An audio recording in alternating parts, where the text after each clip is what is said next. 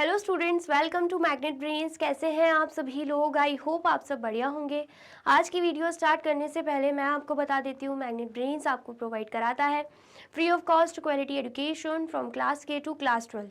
जी हाँ, सही सुना आपने। किंडरगार्टन से लेकर क्लास 12 तक की कराई जाती है आपको कंप्लीट एजुकेशन, वो भी फ्री ऑफ कॉस्ट प्रोवाइड। तो करना क्या है, आपको यूट्यूब चैनल पर जाना है एंड कर देना है मैग्नेट ब्रेन्स को सब्सक्राइब, जहाँ पर आपको सीबीएसई बोर्ड से लेकर अदर स्टेट बोर्ड जैसे कि UP board, MP board, Bihar board जैसे कोर्सेज भी अवेलेबल हैं।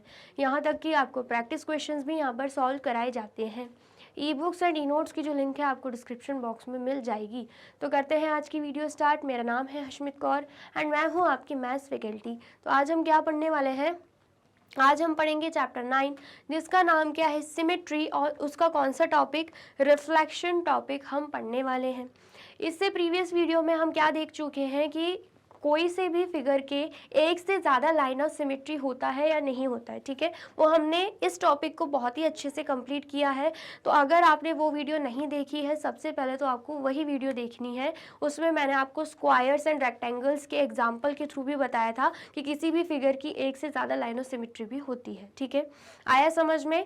अब उसके बाद हम क्या पढ़ेंगे, रिफ्लेक्शन टॉपिक पढ़ेंगे। तो देख लेते हैं यहाँ पे रिफ्लेक्शन टॉपिक में हमें क्या दे के रखा है। So far we have been saying that when we fold a figure along a line of symmetry, the two parts overlap completely। अभी तक हम क्या देखते आ रहे हैं कि जब भी हम किसी फिगर को फोल्ड करते हैं, वो भी लाइन ऑफ सिमेट्री से, तो जो दो पार्ट्स हैं वो एक दूसरे को कंप्लीटली ओवरलैप करेंगे, ठीक है। यही चीज़ हम देख रहे थे। फॉर एग्जाम्पल स्क्वायर का ही एग्जाम्पल लेते हैं हम यहाँ पे, ठीक है। ये हमने स्क्वायर बना दिया। स्क्वायर की लाइन ऑफ सिमेट्री ये है, ठीक है। ये क्या है, स्क्वायर की लाइन ऑफ सिमेट्री। तो अगर ये स्क्वायर की लाइन ऑफ सिमेट्री है तो आप देख सकते हो दो इक्वल हाफ्स में ये जो स्क्वायर है ये बट गया है। तो जब हम लाइन ऑफ सिमेट्री से इसे फोल्ड करने की कोशिश करेंगे तो बिल्कुल कंप्लीटली एक दूसरे को दोनों ही पार्ट्स ओवरलैप करेंगे। ये पार्ट एंड ये पार्ट कंप्लीटली एक दूसरे को ओवरलैप करेंगे, ठीक है। ये सब चीज़ें हमने देखी थी। वही चीज बोली जा रही है, when we fold a figure along a line of symmetry the two parts overlap completely, ठीक है। इतना आया समझ में? ये तो अभी तक हमने अच्छे से पढ़ लिया है।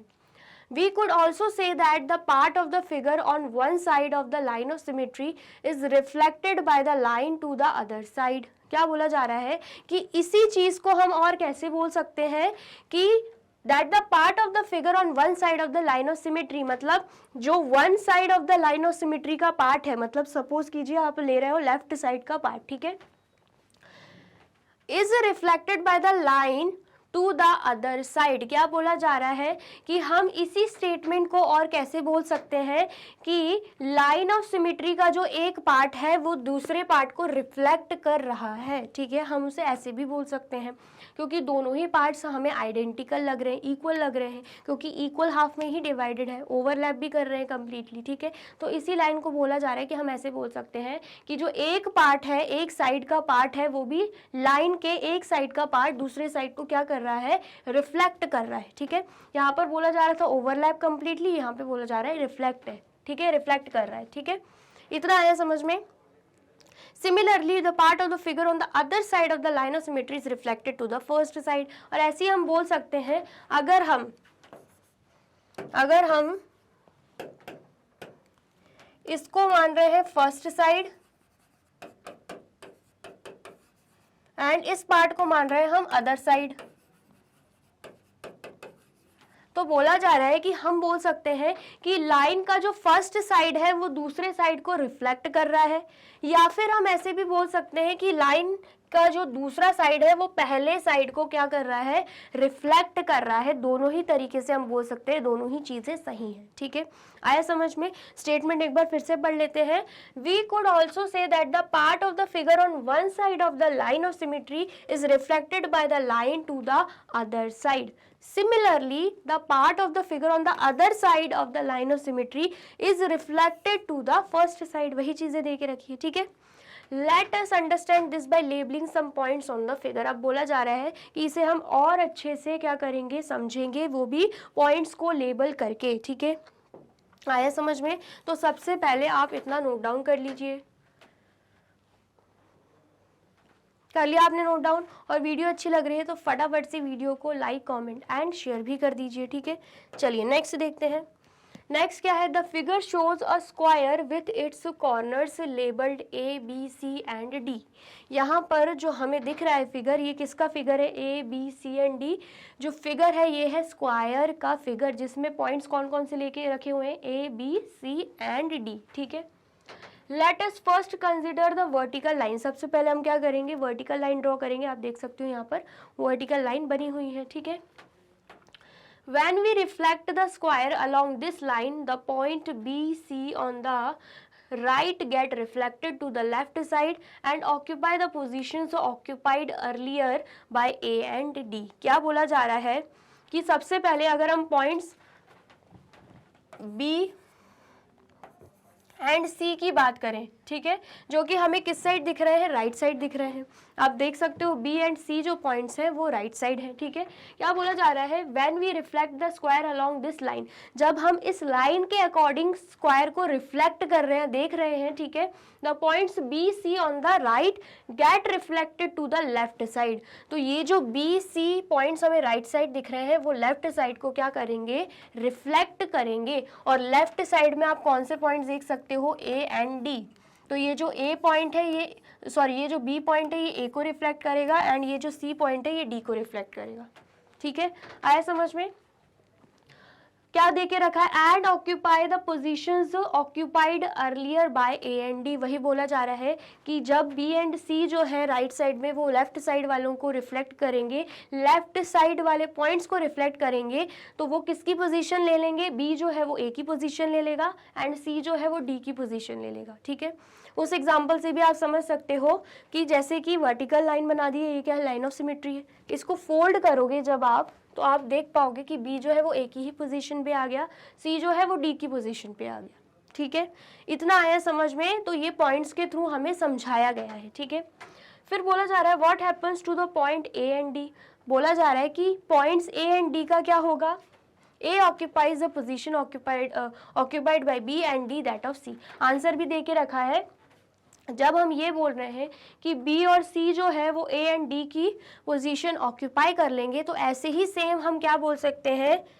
जो A और D है, जो A और D है, A जो है वो B की पोजीशन ऑक्यूपाई कर लेगा एंड D जो है वो C की पोजीशन ऑक्यूपाई कर लेगा, ठीक है। वाइस वर्सा कंडीशन देके रखी है। उल्टे में देखें तो हम बोल पाएंगे कि जो A है वो B की पोजीशन ऑक्यूपाई कर लेगा एंड D जो है वो C की पोजीशन ऑक्यूपाई कर लेगा।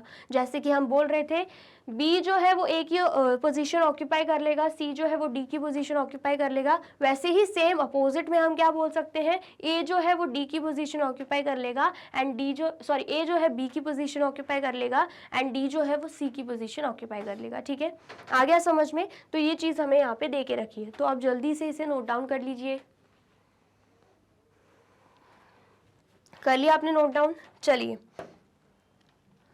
अब नेक्स्ट हमें क्या देके रखा है? What if we reflect along the diagonal from A to C, where do points A B C and D go? What if we reflect along the horizontal line of symmetry? अब यहाँ पे conditions दे के रखी हैं, एक एक करके हम देखेंगे। सबसे पहले तो स्क्वायर यहाँ पर बना लेते हैं। ये बना लिया हमने स्क्वायर, ठीक है, स्क्वायर बना लिया। बोला जा रहा है कि क्या रिफ्लेक्ट होगा अगर हम डायगोनल लाइन खींच देते हैं, ठीक है। सबसे पहले तो इस फिगर की बात करें, ऐसा ही फिगर बना रहे हैं ए बी सी डी, तो यहाँ पर भी हम मार्क लिख देते हैं A B C and D, ठीक है। सेम जो यहाँ पर स्क्वायर बना हुआ था वैसे ही स्क्वायर हमने यहाँ पर बना दिया है, ठीक है। अब बोला जा रहा है what if we reflect along the diagonal from A to C. अगर ए टू सी हम डायगोनल बना रहे हैं, अगर हम ऐसे डायगोनल बना रहे हैं तो क्या रिफ्लेक्ट होगा? तो अगर ए टू सी डायगोनल बना रहे हैं एंड जब हम पेपर फोल्ड करते थे, ये वाला जब कॉन्सेप्ट पढ़ा था, तो आप क्या देख पा रहे थे कि ये जो बी पॉइंट है ये डी से क्या करेगा? ओवरलैप करेगा। ऐसे हम फोल्ड करते हैं तो जो बी है एंड डी है एक दूसरे को क्या करेंगे? ओवरलैप करेंगे। यही देखा था हमने। तो बोला जा रहा है कि अगर हम डायगोनल लाइन ए टू सी बनाते हैं तो क्या किसको रिफ्लेक्ट करेगा? तो हम यहाँ पे लिख देते हैं, हम यहाँ पे लिखेंगे point B will reflect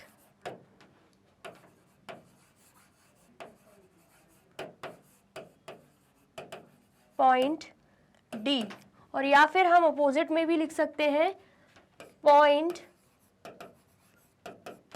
D will reflect point B. ठीक है, हम ऐसे भी बोल सकते हैं जो पॉइंट बी है वो पॉइंट डी को रिफ्लेक्ट करेगा, या फिर हम बोल सकते हैं पॉइंट डी जो है वो पॉइंट बी को रिफ्लेक्ट करेगा। सिंपल लैंग्वेज में बोले तो पॉइंट बी जो है वो डी की पोजीशन ले लेगा एंड पॉइंट डी जो है वो बी की पोजीशन ले लेगा। ठीक है, जब हम डायगनली देखेंगे। ठीक है, आया समझ में? चलिए फिर बोला जा रहा है where do points A B C and D go. बोला जा रहा है ये जो पॉइंट्स हैं A B C and D वो कहाँ पे जाएंगे? What if we reflect along the horizontal line of symmetry, और अगर हम horizontal line बना देते हैं, horizontal line of symmetry, तब क्या होगा? ठीक है, तो यहाँ पर अगर हम horizontal line of symmetry draw करते हैं ऐसे, ठीक है, तो आप देख पाओगे ये जो AB है, ये जो AB आपको दिख रहे हैं पॉइंट्स, वो किसे रिफ्लेक्ट करेंगे? DC को रिफ्लेक्ट करेंगे। मतलब ये जो AB है वो DC की पोजीशन ले लेंगे, या फिर हम बोल सकते हैं ये जो DC है वो AB के पोजीशन ले लेंगे। ठीक है, और सिंगल में अगर हम बोले ये A जो है वो D की पोजीशन ले लेगा एंड D जो है वो A की पोजीशन ले लेगा। और कैसे बोल सकते हैं B जो है वो C की पोजीशन ले लेगा एंड C जो है वो B की पोजीशन ले लेगा। ठीक है, क्योंकि हम क्या कर रहे हैं, हॉरिजॉन्टली लाइन ऑफ सिमेट्री बना रहे हैं। तो अगर आप फोल्ड करने का भी कॉन्सेप्ट सोचो, जब आप फोल्ड करते हो तो क्या होता है, ये दोनों पॉइंट्स इस पे ओवरलैप करते हैं, तो वही चीज़ें यहाँ पे रिफ्लेक्शन मोड में दे के रखी हुई है। ठीक है, आया समझ में? चलिए तो क्या दे के रखा है? A figure that has a line or lines of symmetry is thus also said to have reflection symmetry.